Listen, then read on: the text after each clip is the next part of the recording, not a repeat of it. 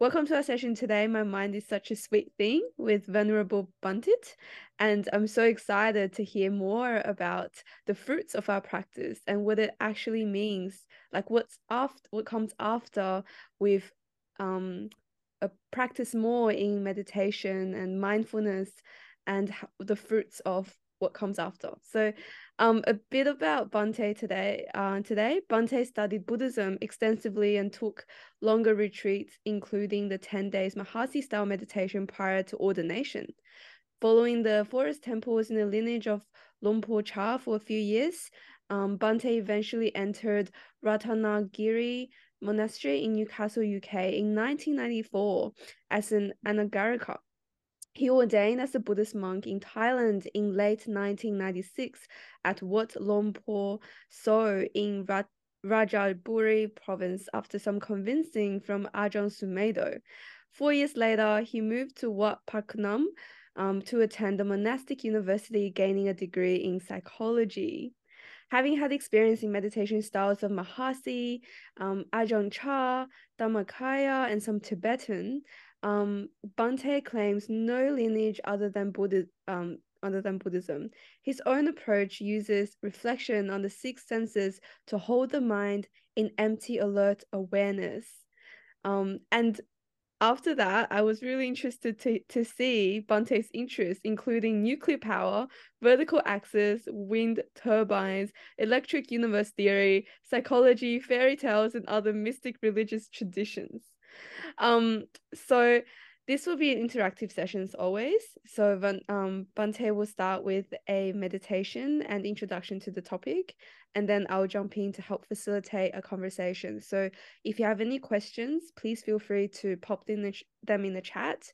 And if you don't feel comfortable sharing them with everyone, please feel free to send those questions anonymously to me. This session will be recorded and uploaded on YouTube for people to see after.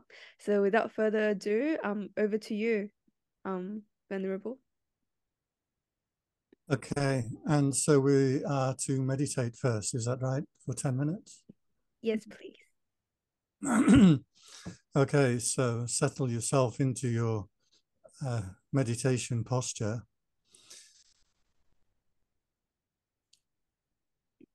Make the determination that this is the time to meditate. I'm going to give you the hardcore, swift, direct method that the Buddha himself actually used. If you observe your mind, what happens is one thing at a time comes into your conscious attention.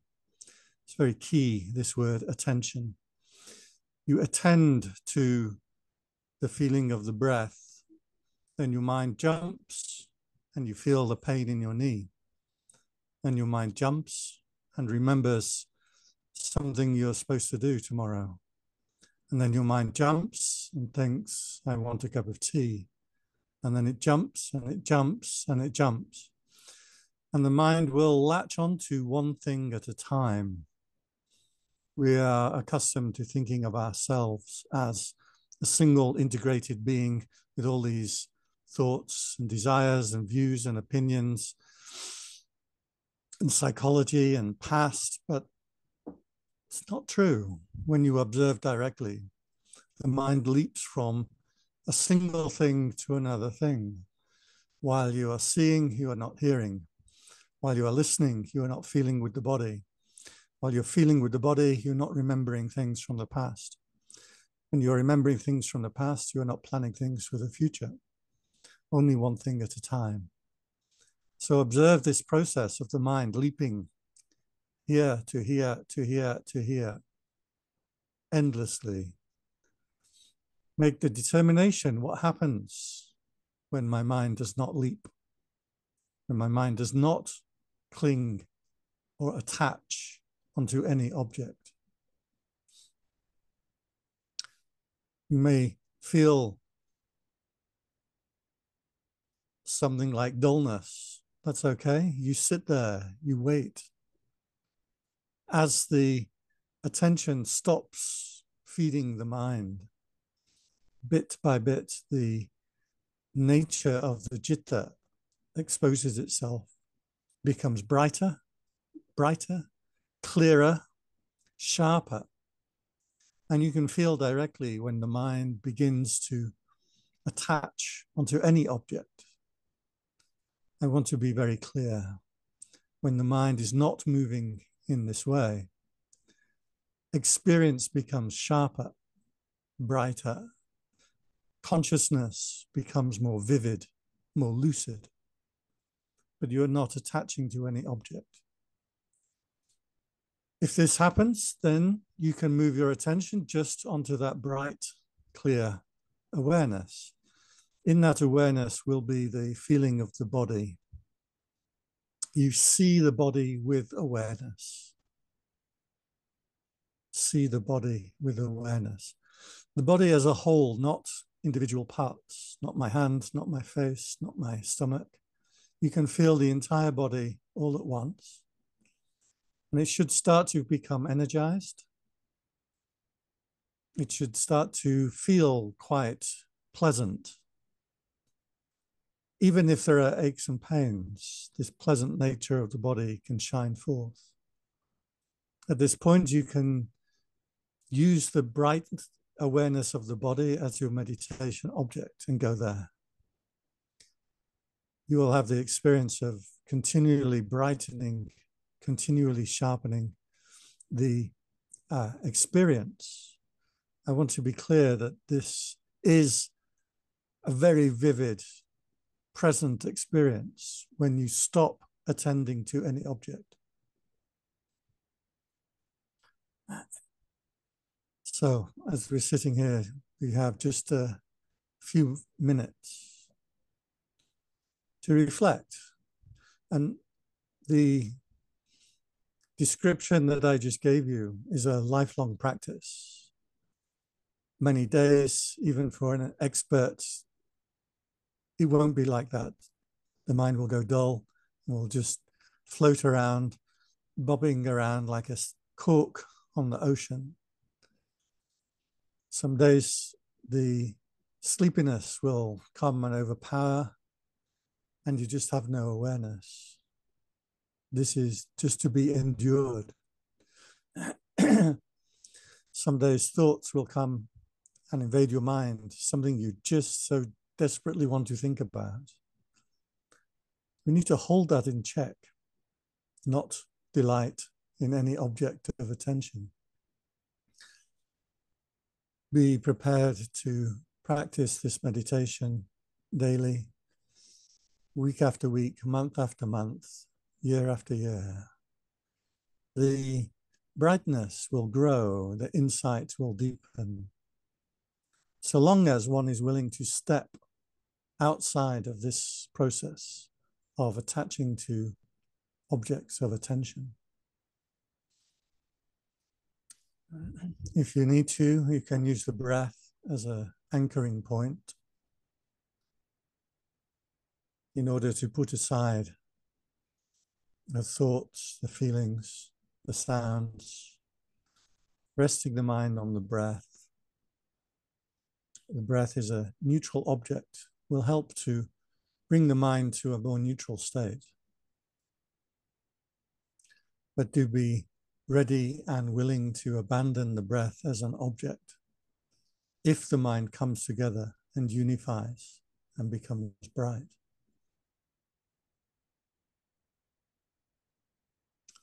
This practice is, in fact, exactly the way the Buddha talked about meditation. He said, if you see an object with the eye, internally or externally, near or far, gross or refined, you don't attach to the signs and features of that sight. You hear a sound with the ear, internal or external, near or far, coarse or refined. You do not attach to the signs and features of that sound. If you smell a smell, taste a taste, feel a feeling, internally or externally, near or far, gross or refined, you do not attach to the signs and features of that experience. when you think a thought with the mind, internally or externally, near or far, coarse or refined, you don't attach to the signs and features of that thought. Practicing in this way was called, in the suttas, the guarding of the sense doors. So this is the central key practice that I use myself, and is a practice that was given time and time and time again throughout the teachings of Sakyamuni Buddha.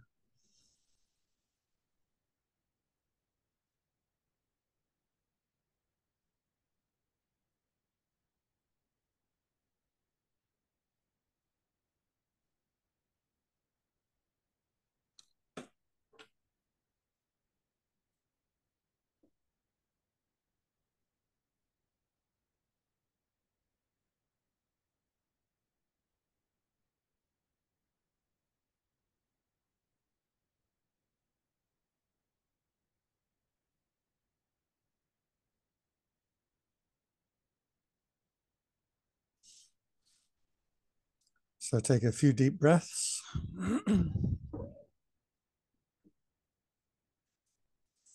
Open your eyes, and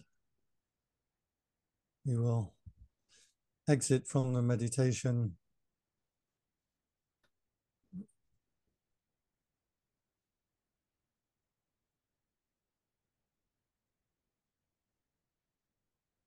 we can exit from the meditation. You're all sitting there deeply meditating.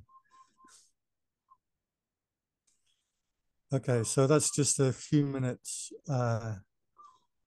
of meditation. It's useful to settle the mind into the right frame of mind, and always good to remember the clear and precise meditation instructions. So this evening's topic is my mind is such a sweet thing.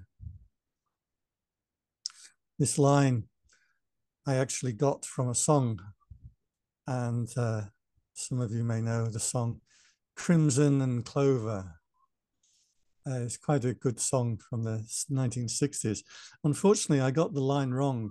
The actual line in the song was, my, what a sweet thing, because the man in the song is looking at a really nice looking girl, and he's saying, my, what a sweet thing. But I misinterpreted it, as I do. And I heard it was, my mind is such a sweet thing. And I thought this was fantastic, a beautiful line. So the reason that I would pick up on this particular line is, for many years, when I was becoming a monk, doing retreats, and after I became a monk, I was in fact taught Dharma in something like the wrong way. I don't really want to criticize my teachers, but I was told that you watch the mind and just observe. And if you observe, you learn about your greed, hatred, and delusion. Learning about greed, hatred, and delusion will provide insight and lessen those three poisons, they are called in Buddhism, but three powers. And this is fine and is true as a teaching, but it left me with the feeling that I can just sit and allow my mind to wander, so long as I don't get greedy, I don't get hateful, and I don't get deluded. I can just allow things to be in the mind, let my mind wander around. For many, many years, I practiced like this, and I would sit in meditation, often not quite aware if I was meditating or not. I'd enter into a kind of oozy, woozy, fairly pleasant space but not very bright, not very aware. In fact, this is what is called equanimity based on diversity.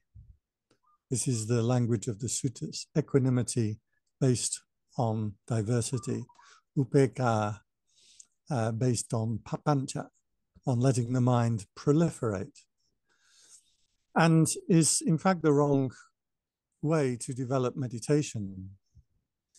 Now, for many years, I did this, and a certain kind of healing can occur from doing this.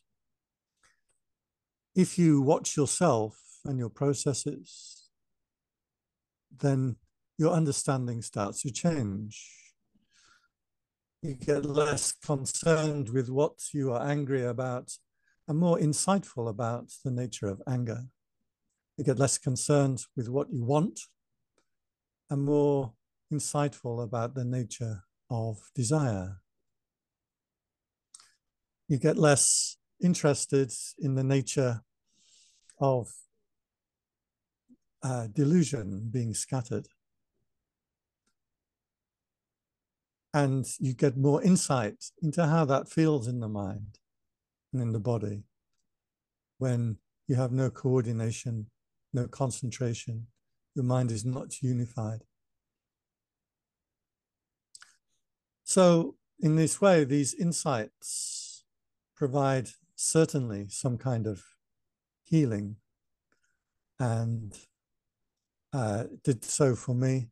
I definitely felt as I became a Buddhist, I took more control over myself, more responsibility over myself.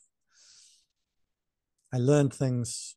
For example, when I first started meditating, I was living in New Zealand and not a lot to do in New Zealand. So we used to go down to the pub playing pool. And I'd just done a couple of retreats, one in a retreat center, one in the monastery. And then I came back and I saw my friend and we went down to the pub to play pool. And I realized I don't like the experience. I'd never noticed that before. But the experience of being in a noisy, smelly environment with people showing off and talking loudly and about stupid things really was something that I found unpleasant. I hadn't seen that before. Lots of things in my life that I thought I enjoyed, I started to realize I don't actually enjoy. Other things that I didn't think I liked, I started to realize that I do like. It's not so much that my likes changed. It's that I was looking now and feeling and observing myself rather than my ideas. For example, I found that despite my craving for company and finding friends and having activities, I actually like being on my own. I actually enjoy my own company. When my mind is trained, when my mind is scattered, then not so much. So these insights occurred and occur for most of us if we take up an observational practice. But it took some years before I started to understand that while there was a maturing of my character, there isn't any real healing. That is to say that I was moving from one kind of character into another kind of character. Hopefully, my new insightful character is better than my previous one. I ate less meat, became a vegetarian. I stopped drinking. I didn't drink much before anyway, but where does the real healing occur? When I read in religious texts, both Buddhist and Christian, and even some Sufi texts. What I read about is something quite remarkable, quite other, quite earth-shattering, a movement from one way of being to a completely new, totally different way of being. And I started to realize in my practice that this was lacking in my experience. And the reason that it's lacking in my experience is I'm changing one state of mind for another, one set of mind states for another set of mind states. I had not learned how to step outside of the mind itself, how to completely disengage, turn attention around, and move into something so completely new and so completely other that it negates, transforms, contextualizes all previous experience. I can give an example. Most of us like eating foods. Even I like eating foods. The Buddha said you are to eat food to the monks, not to the lay people. He said you are to treat food like eating your own child's flesh. You would only eat enough of it to survive. You would not enjoy it. It's kind of tricky because we all enjoy eating our food, including myself. I had potatoes today. I love potatoes. Now, you can go around the world and taste different cuisines. You can try Thai food. You can try Greek food, Italian food, Chinese food, Vietnamese food, and you can find the ones that you like and the ones that you don't like.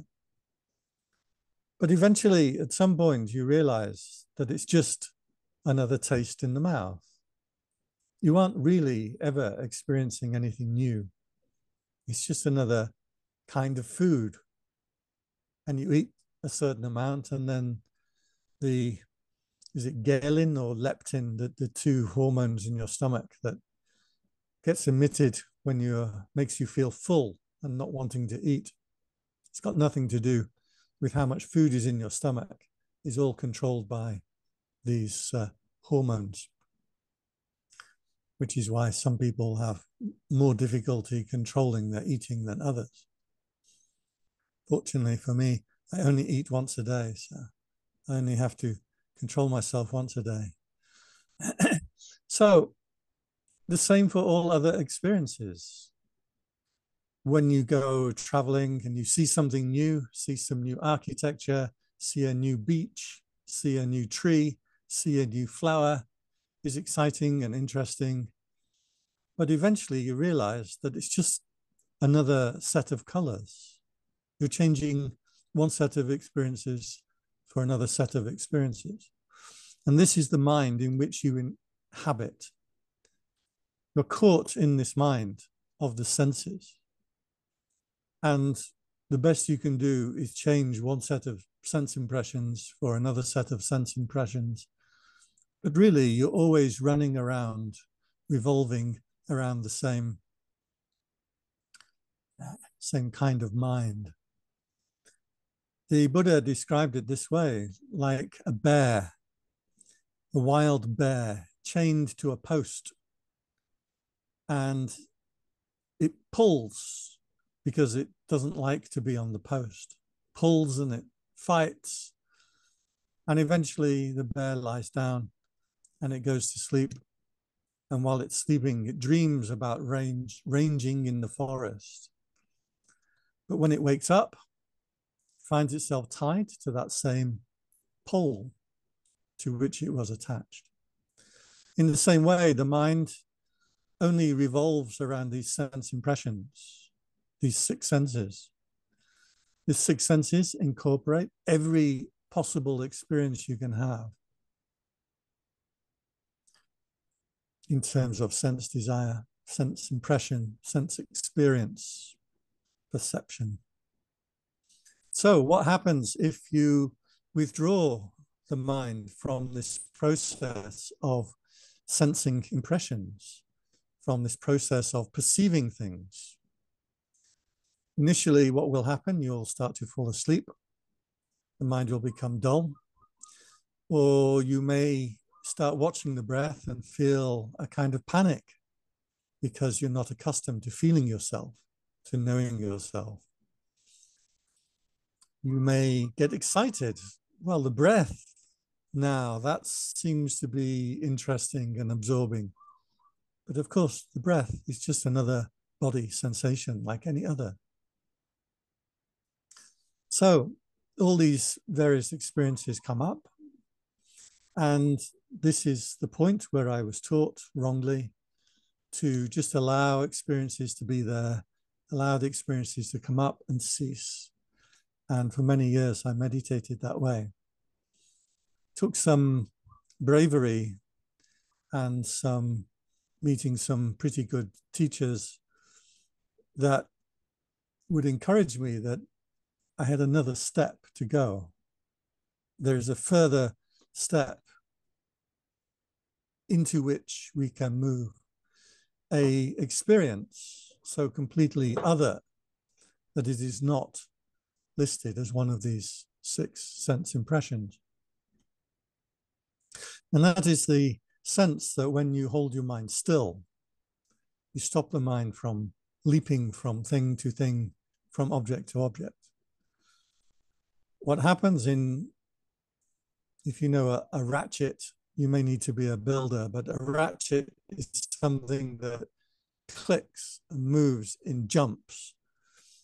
The mind kind of ratchets its way back to its own original nature.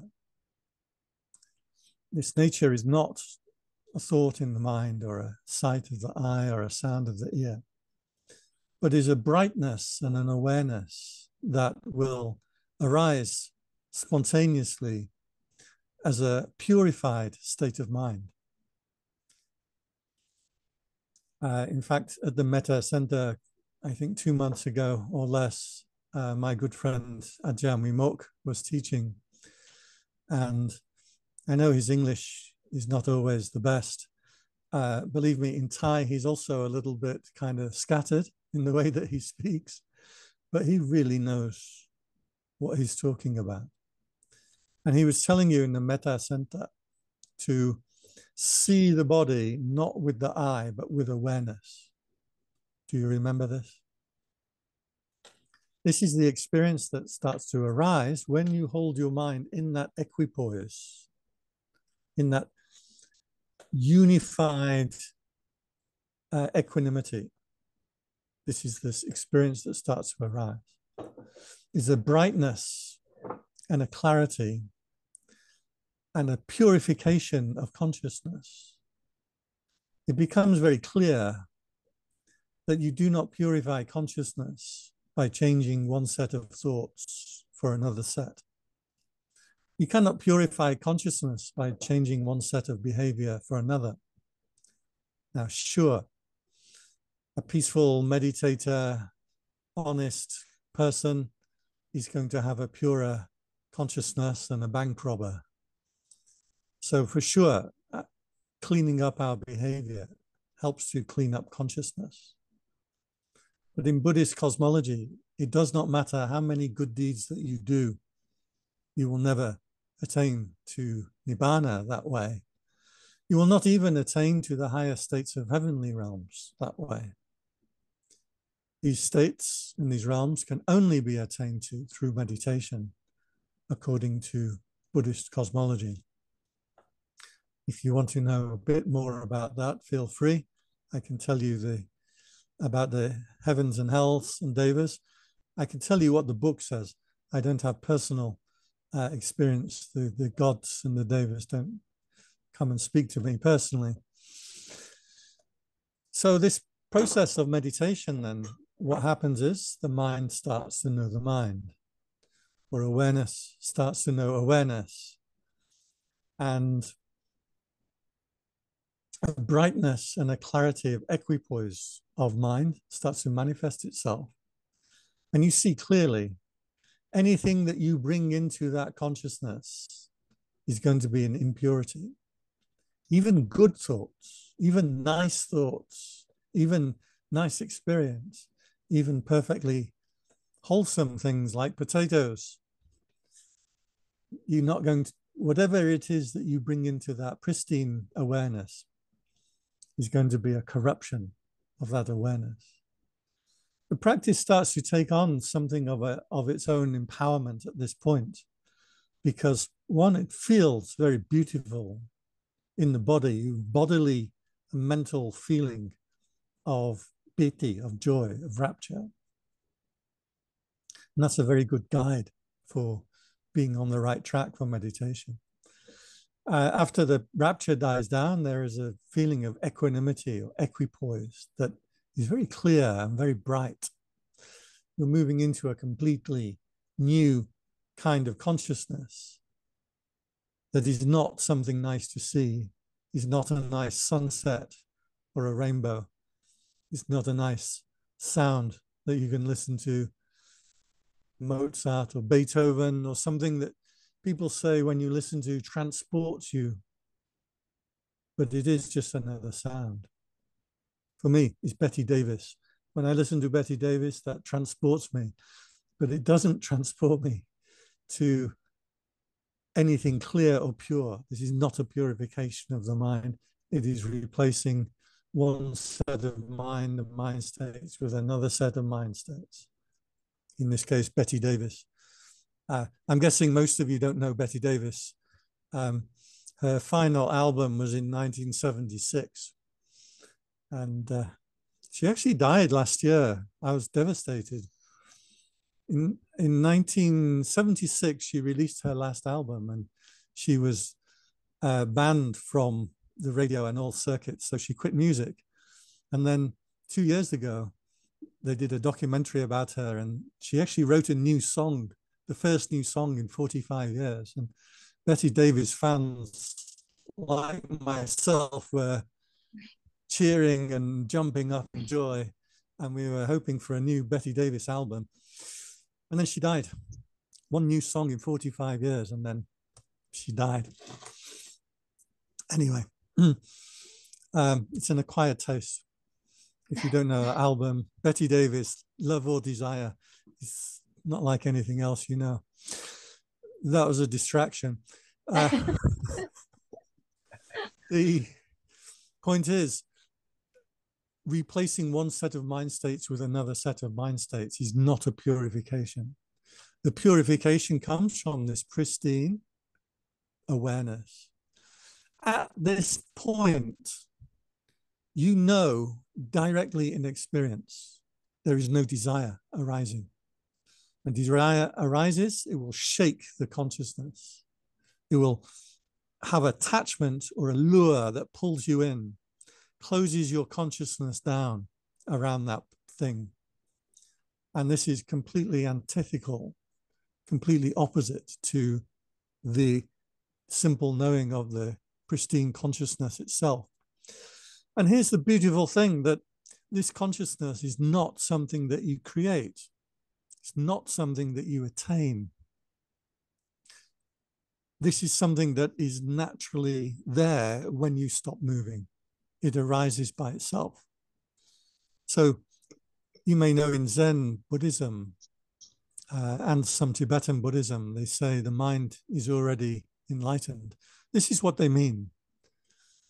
It doesn't mean you are already enlightened. No, you're not enlightened. You're full of desires and corruptions and thoughts and desires and political viewpoints. We have a lot of politics in Thailand right now. It's fortunately, I'm not too caught up in it, but I do like to watch. We have several political parties now who have been voted into power, but the old military guard is trying to stop a new government being formed. It's all very interesting. So this state of pristine awareness is not something that you can make. It's not another state of mind that you get. You eat your favorite food, you get happy. You see somebody you dislike, you get unhappy. You hear some views and opinions that don't resonate with you, you feel angry. These are all states of mind dependent upon the sense, depending upon what you are attending to.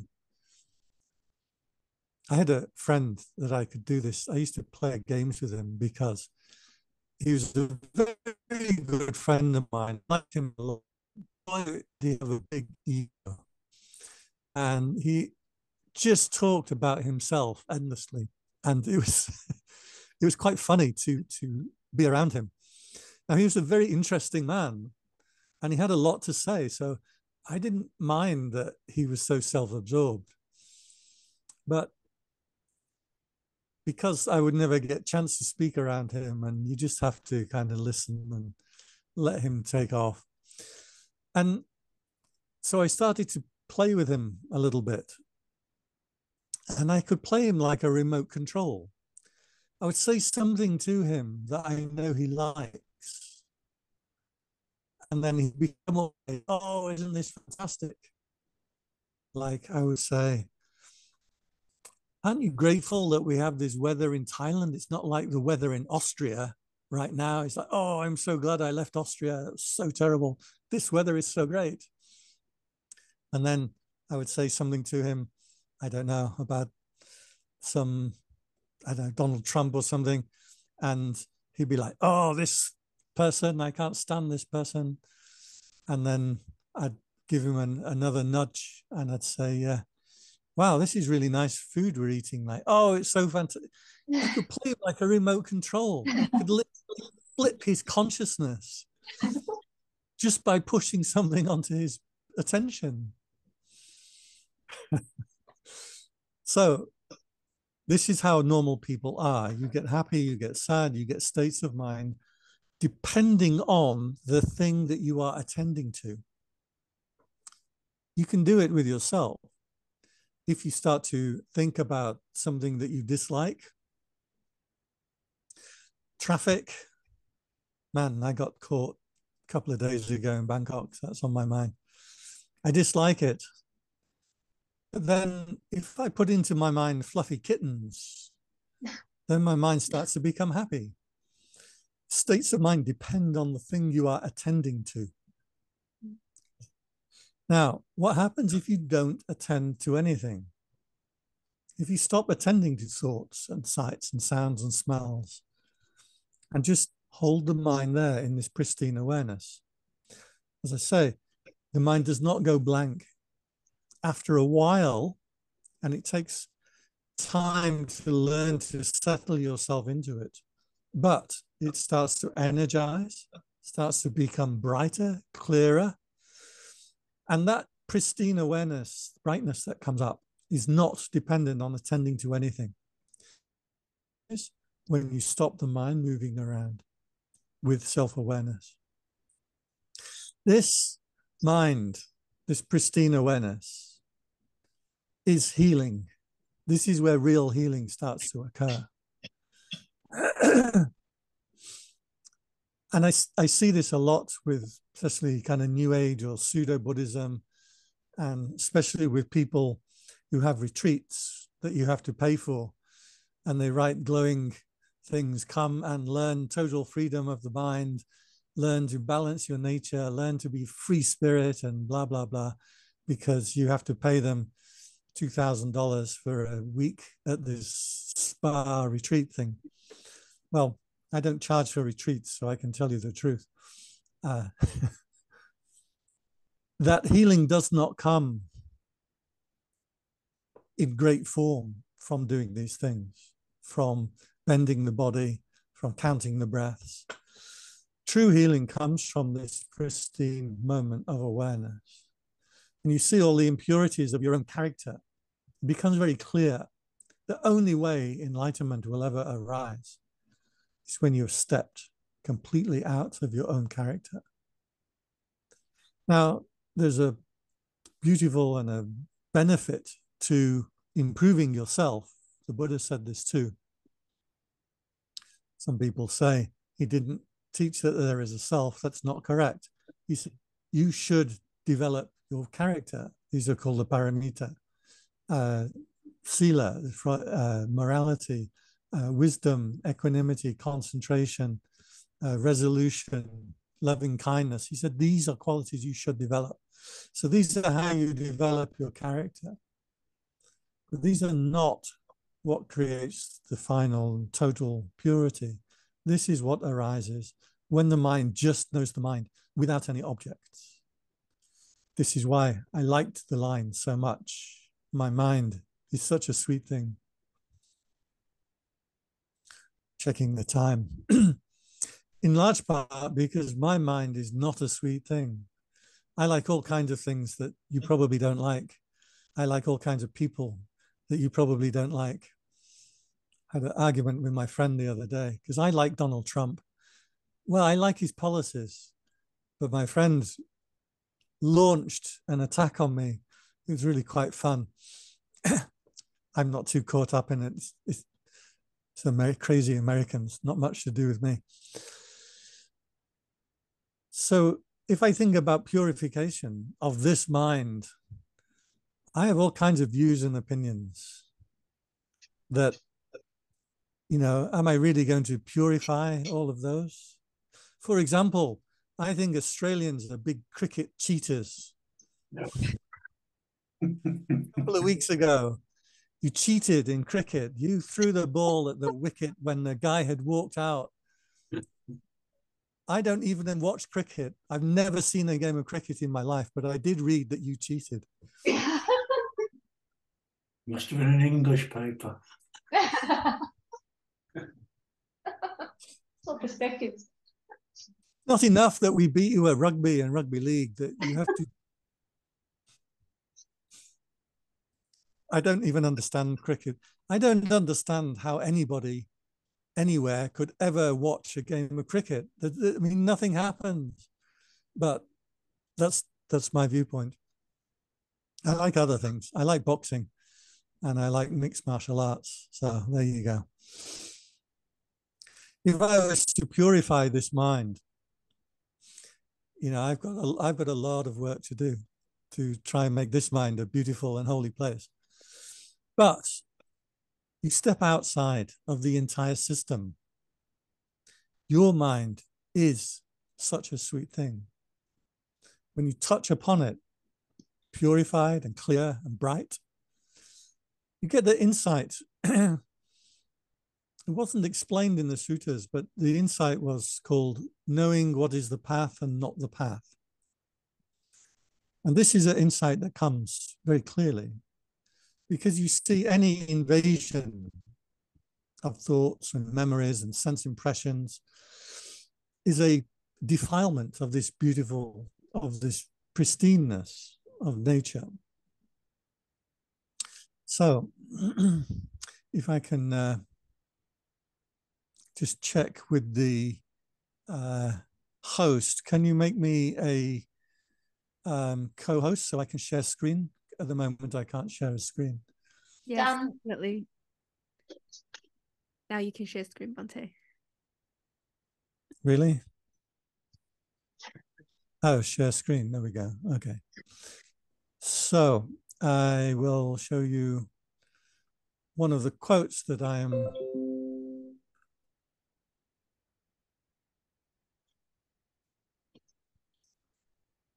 that should be appearing on your screen. Can you just give a thumbs up if you can see and you can read it, okay? Okay, because it looks quite small on my screen. Okay. Having rightly seen the nature of sense desire with proper understanding, he rejects equanimity based on diversity. He develops only the equanimity based on unity, where all grasping to worldly material delight ceases without remainder. So this is the quotation from the Buddha, and one that attracted me from an early age, but I didn't understand until you make the attainments, and they are attainments. It's not, I'm not talking about wisdom. Wisdom is knowing the nature of things. I'm talking about knowledge of actually seeing and knowing. It was called Jedo Vimutti Jnana Dasana. Jedo is the citta, the heart. Vimutti is liberation. Jnana is to know, and dasana is to see. So it means to see and know the liberation of the heart. This is a distinct, clear attainment that can and must be made to progress in Buddhist meditation. Rightly seeing the proper nature of sense desire. Now, you will never give up sense desire in your life. If you try to fulfill this teaching by squishing out your desires, it won't work. I tried it for many years, but I have desires. I want, what was that, Maslow hierarchy of needs? And the first and most important desire that all human beings have for Wi-Fi. You desire Wi-Fi. Then if you've got Wi-Fi, then you look for food. And if you've got food, then you look for companionship. If you have that, you look for, what is it, aesthetics, for art. And if you have that, you look for self-actualization. So you will always have desires. You desire to go to the bathroom. You desire to do good things. You will never know the nature of the mind without desire if you try to stop your desires. Now, definitely you should have some control on your desires, not allow yourself to be too greedy and out of control. But you can't know the state of non-desiring or non-attachment by controlling your behavior and controlling your mind in that way. You can only do it by resting the attention where the mind knows the mind itself, where your mind is sweet, is beautiful, is concentrated, it's in equipoise. Then you know directly in this second, there is no desire here. That's when you're starting to get onto the path of attainment. The equanimity based on diversity, that means that if you give up attachment and just let the mind wander, you can become very equanimous. I've had many a month, year, even decade sitting, and I can sit, my body is reasonably comfortable. I let the mind go bob, bob, bob, bob, bob, and it bobs around. That's not the equanimity that the Buddha was talking about. The word equanimity is upekkha. Upekkha, that's based on simply not being attached to anything. No, because the mind is scattered. This word diversity, if you know the Pali, is actually papanca, which means when the mind kind of leaps onto one idea, gives you another idea, and your mind is busy and thinking. So he develops only the equanimity based on unity. Eka bhava, literally to become one. Eka means one, bhava means to be or become. The mind becomes one. And you have a feeling of the mind reassembling itself or coming home to itself. When I say mind, I mean citta, like pure consciousness, not mind as in what you are thinking about. So all kinds of grasping to worldly desire cease without remainder. Again, you won't experience this in your life because you will always enjoy eating something, talking to somebody, watching your favorite program. But in that meditation, in that equanimity, you see very clearly that all grasping has come to an end. The nature of grasping is a reaching out. And when the mind is no longer reaching out, you know the grasping has ceased without remainder. Now, you will, of course, come out of meditation and you will come back into the daily world. So then comes the challenge of starting to take this insight back into the daily world and the various problems that come up with that. One of the problems that I have is as I do this, then I feel good. It feels happy. This is important to note. Often Buddhists are very much intent on suffering, but It should feel happy. It should feel good. Even the body feels tranquilized. Even if your body is painful, that moment the body will feel pleasant. So this is the path. I'm going, if I can remove that one, I'm going to share the other screen that I have to finish off with.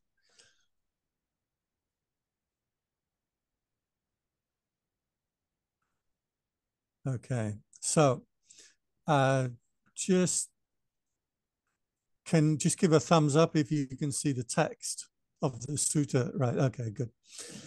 So this is one of the suttas translated by Bhante Sujata, whose work is just fantastic, where the Buddha describes this exact process.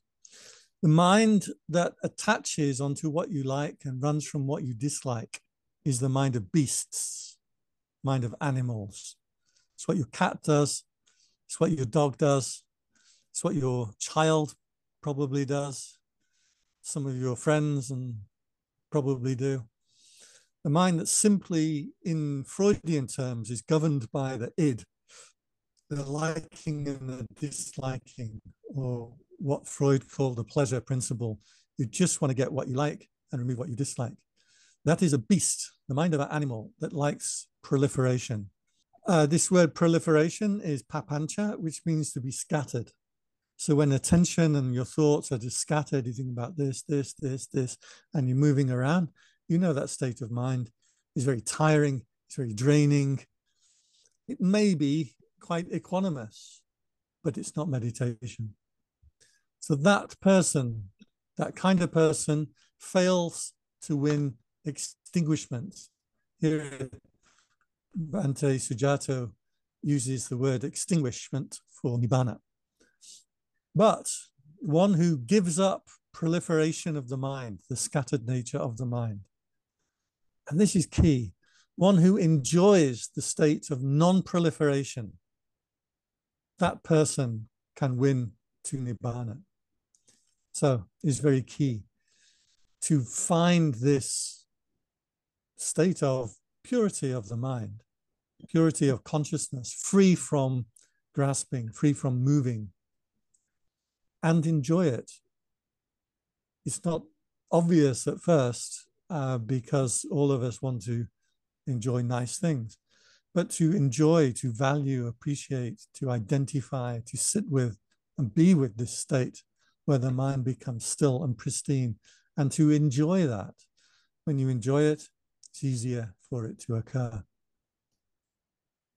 So that is, I've given you a few of my personal experiences. I've given you a few hints and tips for things that you might experience on the way. I've given you the actual suttas that the Buddha gave, both at the beginning when we did the meditation and at the end.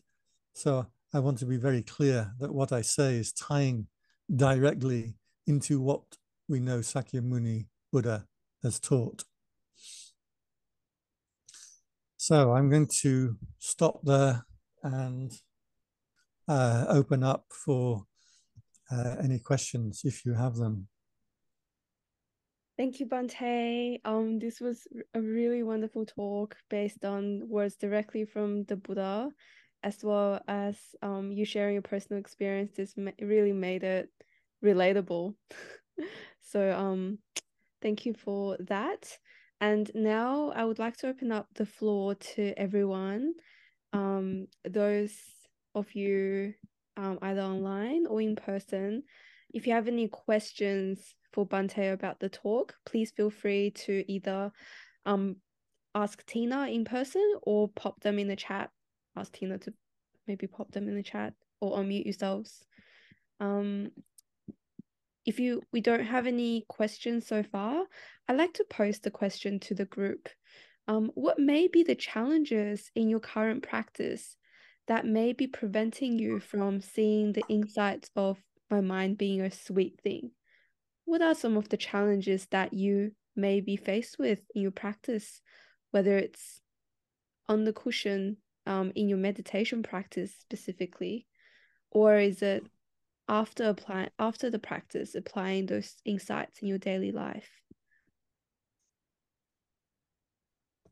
I just mentioned the sutta that I was sharing on the screen. Now I stopped sharing it, but I put the link into the chat. So if anybody wants to see or read that sutta in full, the link is in the chat. Yeah, thank you, Bhante. We do have a question. So we have a question, which is, Bhante, we're a bit like fish who have lived in the water all our life. And here you propose a state of mind for which most of us little fish haven't experienced. Any other words of encouragement? Yes. You assume that you haven't experienced this. And there are the depths to which you go.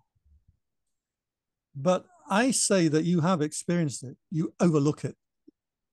And one of the favorite teachers that I had, that I've read, is Ramana Maharshi. And one of his latter disciples, Punjaji or Papaji, who I saw in India when he was alive. And they said that enlightenment is something you remember. It's something like, oh, that's right. It's not like a thunderbolt and enlightening experience, like, wow, this is now something new and other. Because you realize it was there all the time. And that's why enlightenment is not something that is not another attainment of the mind. For example, if I jump out of an airplane, I will attain a state of adrenaline that I will never attain sitting in my room. If I eat some new kind of foods, I'll have attain to a state of interest that I'm never going to find eating potato in my room. So this thing that I'm talking about is not something that is attained to like that. It is something that is right there all along. And the fish swimming in water analogy means that you are already in this state. It's already there as like the fabric of your consciousness, but you overlook it. And that's why they say the fish in the water, they don't know that they are in water. Same way for human beings, we didn't know about air. The Greeks, they didn't know that there was air. There was that one Greek guy who worked it out, right? He heated up a ball, like a brass sphere, and then he put it under water and he saw it sucked water in. And he figured out, oh, air is actually a thing. Isn't it weird that they didn't know about air? They knew about wind, but they didn't know that wind was actually a moving subject thing. Same for Einstein, figuring out gravity. Like, oh, we're sucked onto the planet. That's a thing. Nobody had thought about it before. So there is an assumption that you can't know these states of mind because you're not a monk, or you don't have time, or you're too unenlightened. And that is not the case. In fact, most of the people I know who are really highly attained are, in fact, lay people. And so don't discount yourself. And please understand that this experience is there already within you. Hope that's clear. Excellent. Thank you. Thank you, Bhante. That's so beautiful. And we have someone who would like to ask a question. Lilis? Yes, Sorry, right. completely. Sorry, I mispronounced the name probably. Bhante, my name is Lalit. Thank you so much. It was such an insightful talk. When you say pristine consciousness, does it mean that fourth stage of jhana in samatha meditation, or is something else? Are you referring to the fourth stage of jhana? When you This is a little tricky because I myself never really practiced jhanas. I came across them by accident. And what actually I found was that I'd been doing it without realizing it because, so I looked up, what's his name? I've forgotten his name now, but he talked about the jhana states. And I'm like, oh yeah, that I've had that, and that. The problem with jhana, which for those who are not familiar with the terms, jhana means absorption, concentration. So when you fix your mind onto an object like the breathing or like loving kindness or like a color, your mind can attain to like a stopping still on that experience. Actually, it's called a nimitta, or a counterpart of that experience. But and as you do so, you can attain to bliss and rapture and joy and equanimity. So what Lalith is asking about is the fourth jhana, which is equanimity. So the mind just becomes so beautiful in its equipoise. However, in jhana, you still have an object that you are looking at. And throughout the suttas, the Buddha said that you practice the jhanas and then you stop and you go to the mind that's, in the words of the sutta, that is bright, wieldy, steady, concentrated, and unified. And from there, you practice insight meditation. So jhanas, make no mistake, because many teachers these days tell you don't practice concentration, it's the wrong way. Many teachers are saying that. That is not the original teaching. The Buddha constantly told his followers, you should practice jhana, concentration meditation. However, note that even in concentration, you have a mind is focused on an object. So what I'm talking about is when the mind releases from all objects. That is as it moves into the enlightenment phase. Yeah. Thank you. Thank you, Bhante. And you lower in step by step. Don't think, I'm not saying that I'm enlightened or you'll be enlightened as soon as you touch this. You lower in step by step as the insight comes. But it is very clear that this is completely other from every other state of mind that you have. Because it's not a state of mind. It is the mind. It's not a state of mind. Second question, I'm sorry, just if you have time. Bhante, I also heard that you did psychology in one of the universities in Thailand. Does that degree is much the psychology of Buddhist psychology or just modern psychology? What is the psychology? It is modern psychology. Yeah. So I have a BA in that. I didn't update my bio because I now have an MA as well. It took me 12 years to get my MA because we had a very difficult governor in Bangkok and he wouldn't sign visa forms. So the only way I could get a visa was to be a student. So I stayed in the university for 12 years studying my MA.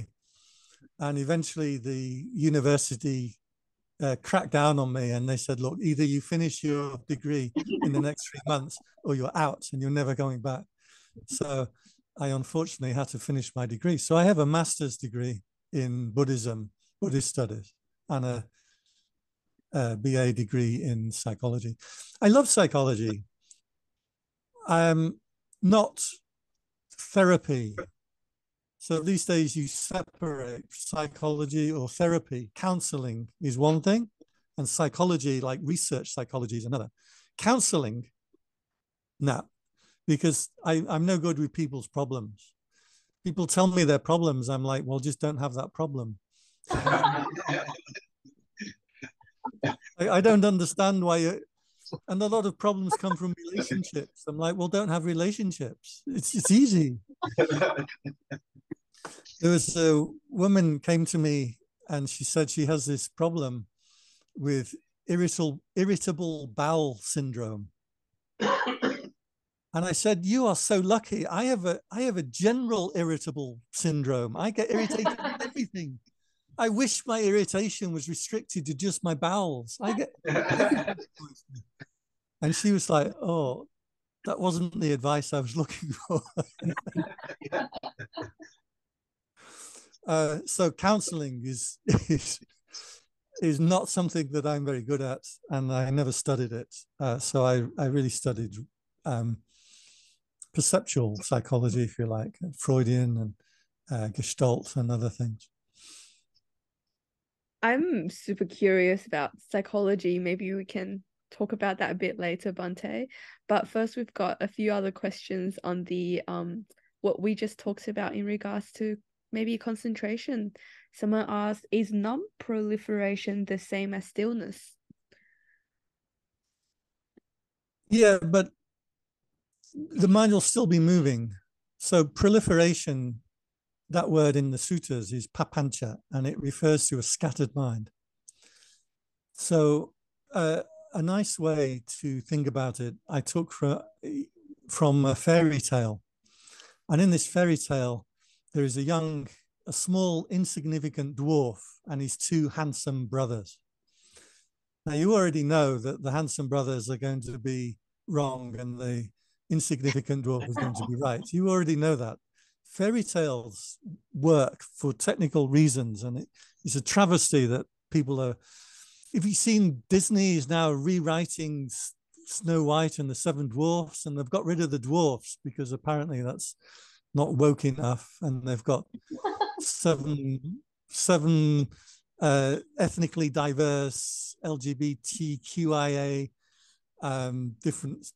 Oh my God, they just don't understand how fairy tales work. That's another thing. In this fairy tale, the two handsome older brothers see an ant's nest, and they say, let's kick over the ant's nest and watch the ants run about in panic. And the dwarf, the young boy, says, no, I will not suffer you to disturb the ants. So papanca is like the ant's nest that is kicked over, and the ants go running around all over the place in a panic. But an ordered mind and a structured mind is where the ants work in a line, and they work efficiently, going from one place to another, moving food. So papanca is that scattered mind. An ordered mind is one that has the precepts and principles and has dharma. But as you move out of the mind altogether, you're moving into the enlightenment experiences. That is not the mind. So you can think of it that way. Papanca is the ant's nest kicked over. Non-papanca is the ordered mind that is working. In the sutta, he says, one who enjoys non-proliferation. That means that eventually, if you're following that path, you will come out of the experiencing mind altogether, and you know the citta directly.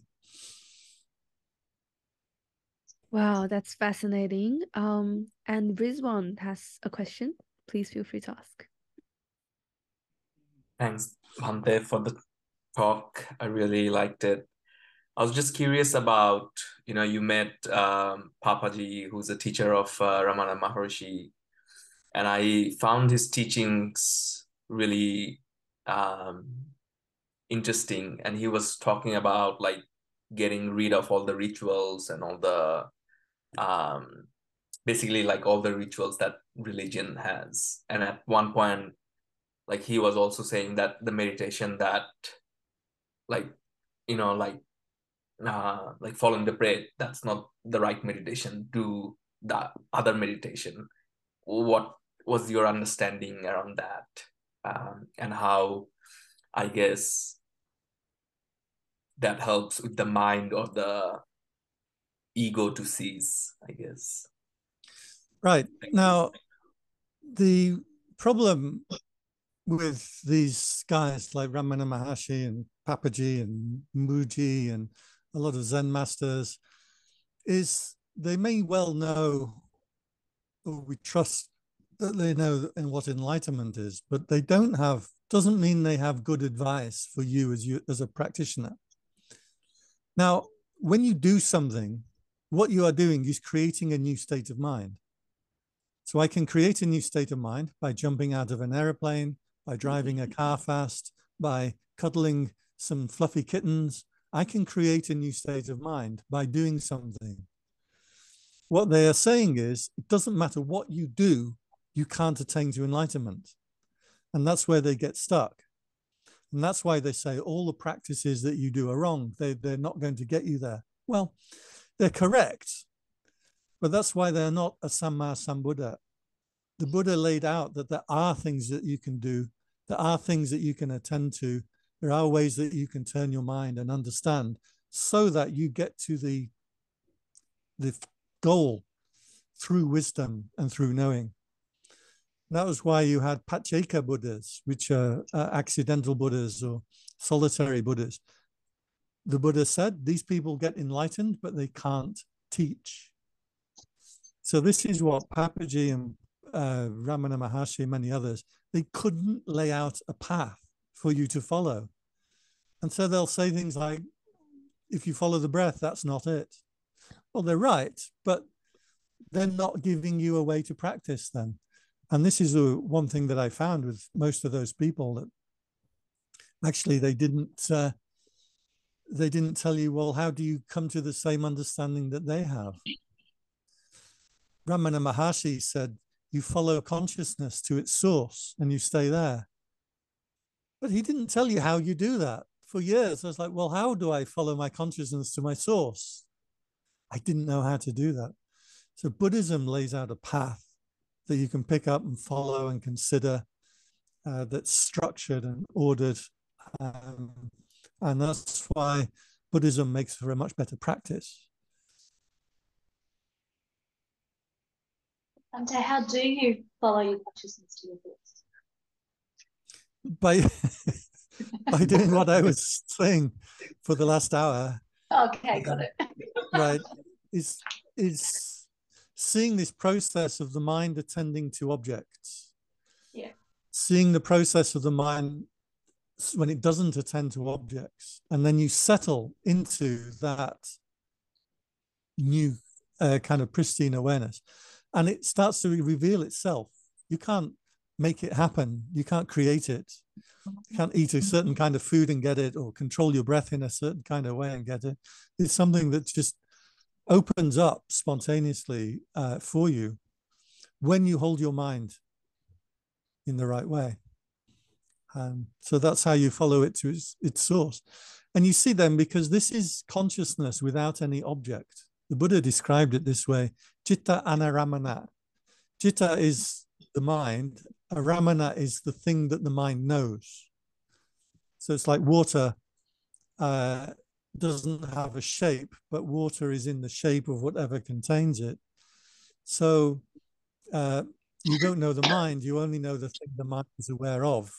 So one of the rare descriptions the Buddha had of enlightenment was citta anaramana, the citta without an object, or consciousness without an object. Yeah. And that naturally is already there. That's not something you can create or you can do. Yeah, that's awesome. I've learned so much. But I'll summarize at the end.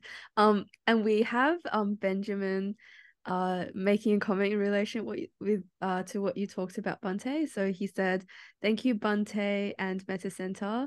That's such a great point regarding the difference between a great practitioner versus a teacher. I remember one of my favorite swimming coaches couldn't swim himself, though he could teach us to. That's pretty interesting, Ben. I don't think I know anyone who couldn't swim but could teach. But I think I know people that can swim but can't teach it. This happens a lot. My grandfather, he could play the accordion, you know, the thing that you do this with. And on one side you have buttons, and on the other side you have a piano, and each hand plays a different tune. And he would just listen to a song and then play it, and he'd never learn music. He couldn't teach you. He couldn't tell you how he does it. He just listens to it and then starts playing, and after a minute or so, he's got it. But he couldn't tell you like anything about music. So this happens a lot, that the real experts are unable to teach. My own teacher, you know, he said to me, you sit and make your mind still and bright into a small spot in the center of the body.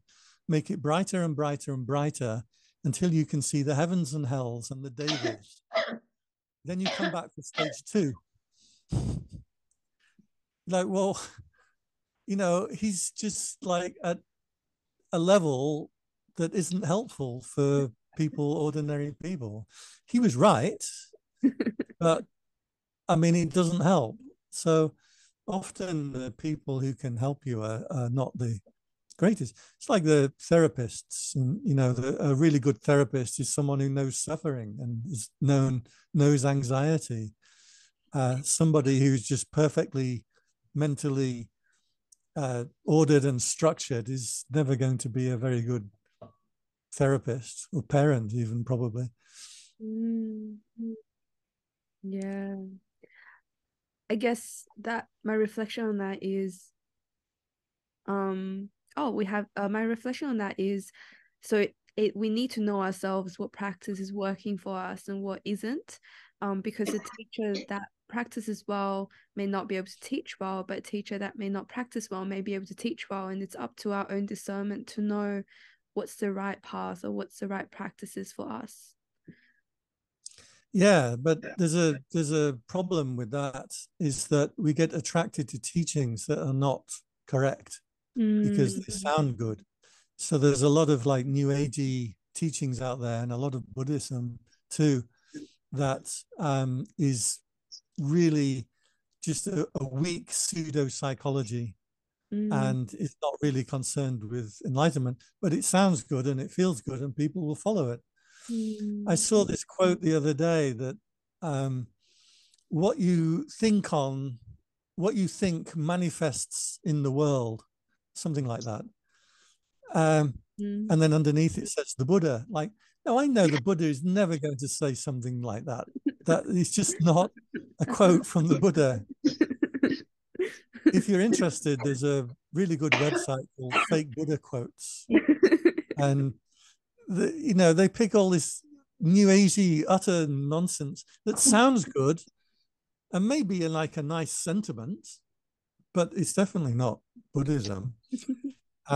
So we do get attracted to things that sound good, unfortunately.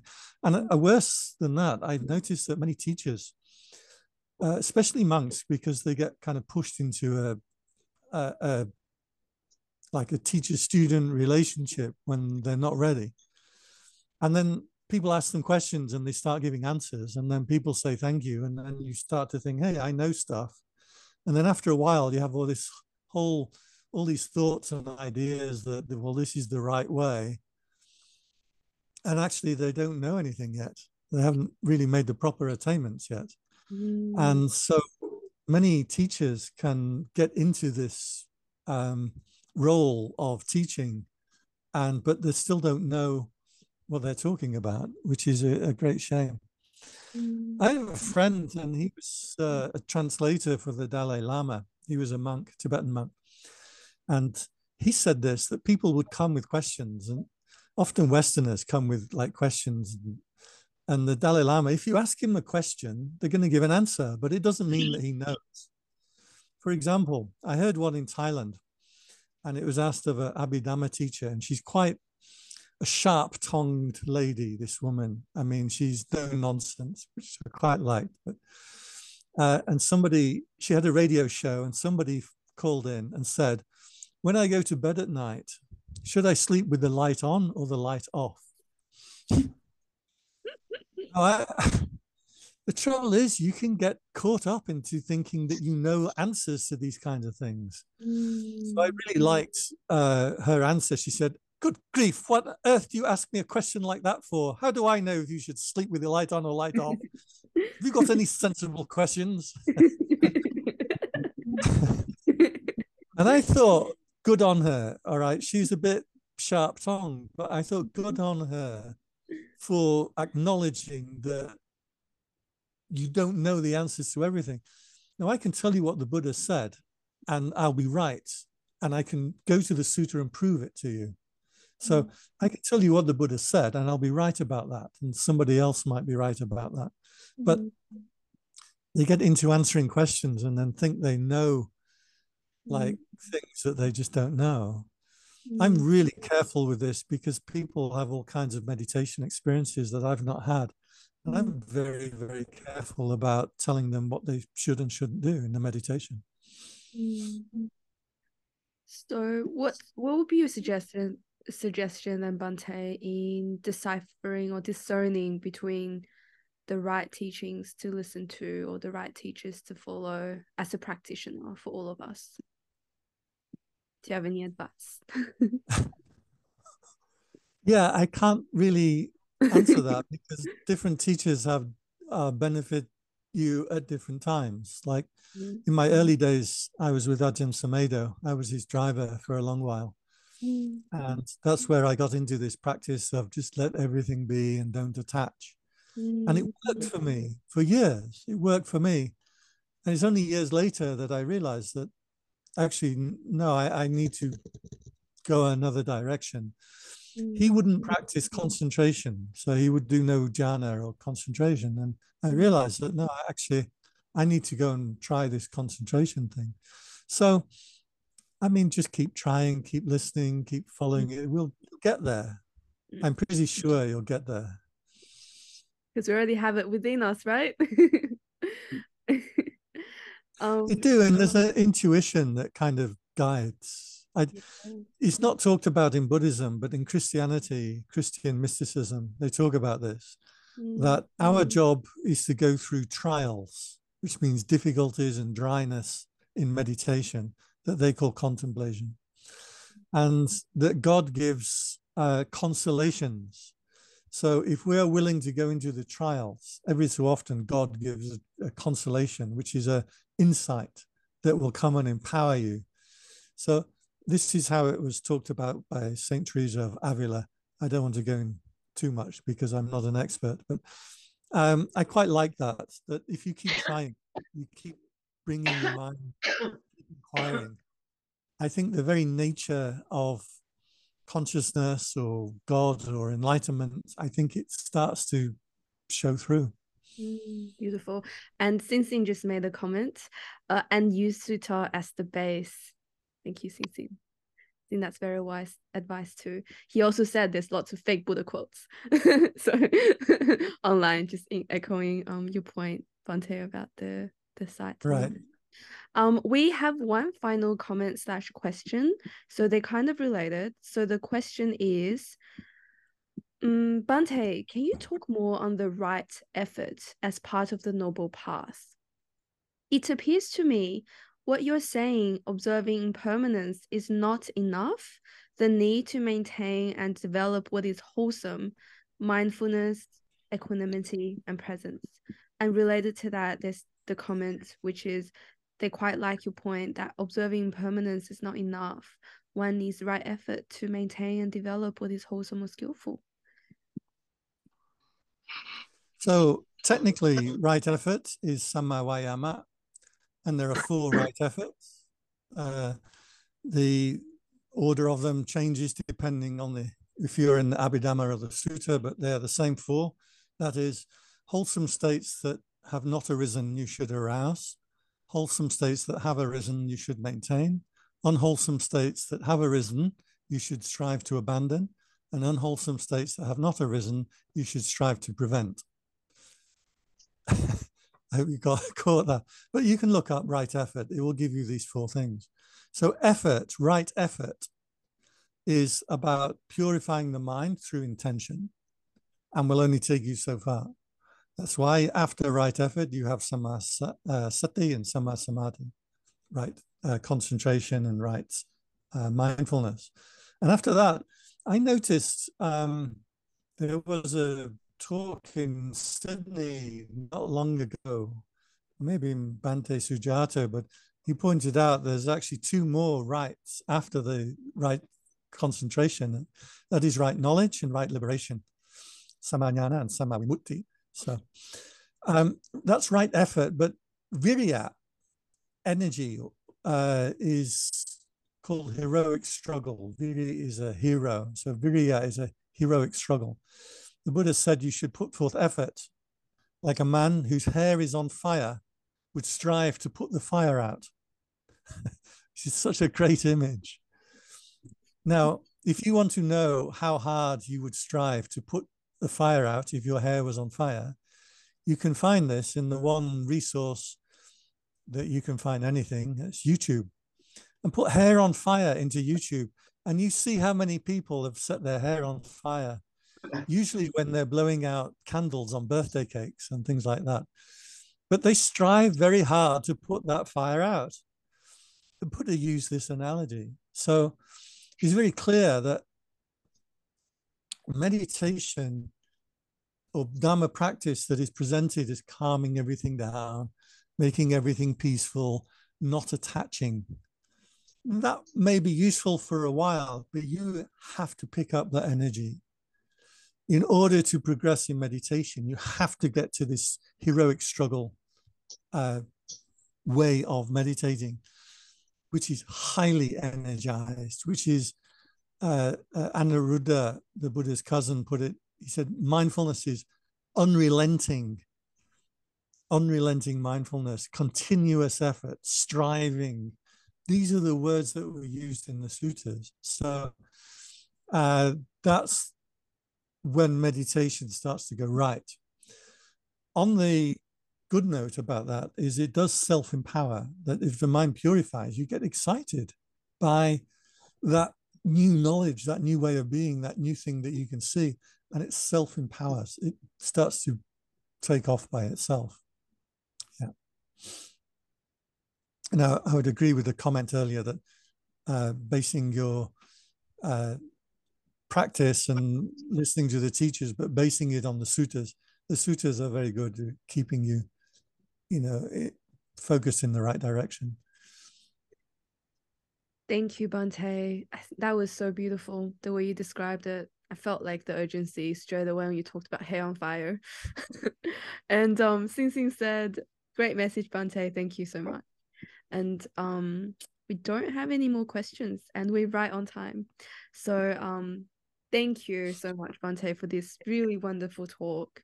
My own takeaway I felt like was really powerful, which is it's more important to be observing your mind than to be involved in it, which means like involved in the hindrances and just non-attachment.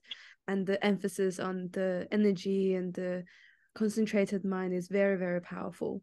And I hope everyone else, we all have gotten some takeaway from this session today and have gained some energy in continuing or focusing our practice after this session as well.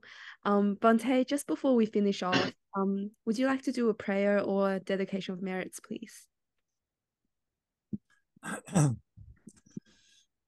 Sabhitiyo vivachantu sambharo goina satumate bhavatwantarayo sukhiti kayuko bhava apiva tanasili sanichang vudha pachayino chataro dhamma vadanti ayuvano sukhang balang.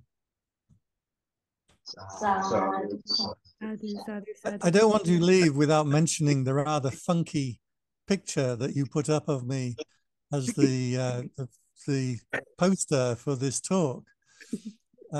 Somehow you found an old picture of me in a flower shop, and it's actually a plastic flower shop where they make actually not plastic but fabric flowers.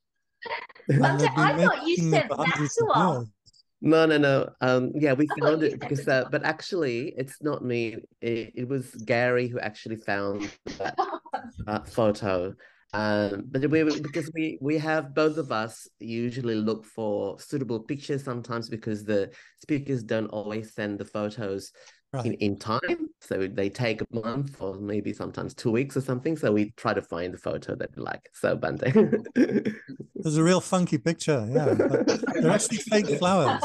Thailand makes really, really good fake flowers. And I don't know if you have time when you do your Thai trip, but if you want to go to the factory and see where they make the fake flowers, it's actually very close to my temple here. And I'd actually like to see the owners again. It's quite interesting. I like to see how things are made. I like to see factories. I like to see what people do and how they do it personally. But okay, thanks for having me. It's nice to see you all. And by the way, I am kind of arranging with the Association of Engaged Buddhists to be in Sydney for at least a month in May. I can't remember, April or May next year. Meredith said before it gets too cold. Bhante, I'll get in touch with you again about maybe doing another session next year then. Maybe you can do it in person if you happen to be in Sydney next year. I'll let you know when we set the dates for Sydney. I'll let you know because I'll spend at least a couple of weeks in Sydney. Great. But I'm always happy to do things online. Just let me know. Of course. Thank you. Yay, it would be awesome to have you back, Bhante. And just on that note as well, we have a meta convention coming up. Would you like to talk a bit about it, Sissing or Tina? Maybe Tina. Tina's better to talk about it. Oh, we're all so humble here, aren't we? We've got a lot of amazing Meta Centre events coming up, everyone. And one of the big things that's going to happen very soon on the 30th of August is we are going to start having some of these Wednesday sessions, actually all of these Wednesday sessions at the Western Sydney University, just over here in the Bankstown City campus, very close by to here. And it's in partnership with the university. We're also going to start some free meditation classes on the Mondays. Tuesdays is free yoga, and Wednesday nights is, of course, these dhammatalks. So I'd love to see all of you there. And in the last week of September, we have a 1-week Buddhist week, which we're just going to have 3 events. And throughout the whole week, we've got different things happening, and that's called the Meta Convention. So on the Monday, we have a Buddhist trivia from 2 Buddhist scholars. So Venerable Pandit talked about Bhante Sujato a few times today. Bhante Sujato will be one of those people who will be answering questions, really difficult questions that we'll be putting to him. The other person that will be there is Ajahn Brahmali as well. So both very amazing scholars and teachers, and they'll be there to start us off on the first day. Second day, we have Chalkud King, who is a very experienced Buddhist teacher, and he'll be there to guide us and also answer any questions. And he always has the best stories, so please come to that. Wednesday, we have Bonpum Sunim, who will be doing a haiku poetry, so learning about how to do your own poetry, and importantly, how that also supports your Buddhist practice as well. So that's on Wednesday. Thursday, we have Jitsuma, okay, with Tenzin Palmo, who'll be there, amazing speaker. And on the Friday, we have a free cultural dinner. So we're going to have food from different Buddhist temples and organizations from different traditions and cultures. It's going to be amazing. And it's free. Like, you get to eat for free. How good is that? So bring your friends along. Limited space, so please come. And then on the Saturday and Sunday, we have a full Buddhist conference. 4-day event. We have speakers who will be coming in person as well as online as well, and it's going to be huge. And that's going to be at the auditorium in the Western Sydney University. So please come in person, because the energy is going to be incredible. And we've got people flying in from all over to join that 1 week. So it's going to be amazing. Can't wait to have you all there. And it's free. And it's free, yes. And it's free, yes. And we've got a whole heap of other amazing events happening. We've got retreats going on. We've got pilgrimage going on in Thailand. We've got lots of things happening. So please check out the Meta Centre website. And if you are not already on our newsletter, then please jump on and add your email, and you get all these updates every week. So there's just too much for us to talk about in one go, so just check it out over there. But thank you all so much for your ongoing support and your attendance. If you would like to support what we do at Meta Centre in offering these free services to the community, then we invite you to make a donation. You can donate here in person or also online on EFT as well. That also helps us. And we run also on volunteer powers. So if you'd like to volunteer, you're welcome to join us too. Thank you, everyone. And over back to you, Sophia. Thank you, Tina and Cincy, and thank you, Bhante, for sharing the music. I was gonna check it out. I've got it on my Google because I want to hear this heavenly music too. For everyone else, the link is in the chat. So, welcome, I guess. No, but, really awesome. Thank you, Tina. It's awesome. Yeah. Someone say something? It's awesome to see Metta Center flourish, and really grateful for all of you being able to join us, because that makes part of the community. So really hope that we will see you in person at Metta Convention, also when we move over to WSU, and we can have this vibe in person, you know. Awesome. Anyway, Wednesday night. Happy Wednesday night. Thank you everyone for coming. We're coming back again next Wednesday as well. Aya Palanani we'll talk about the simile of the cook, proper and improper attention, which will From be Germany. Yeah, from Germany. And she's very well Aya loved. is awesome. Yeah. So come along. Excited. Bye. So, good night, everyone. Have an awesome week and see you next week.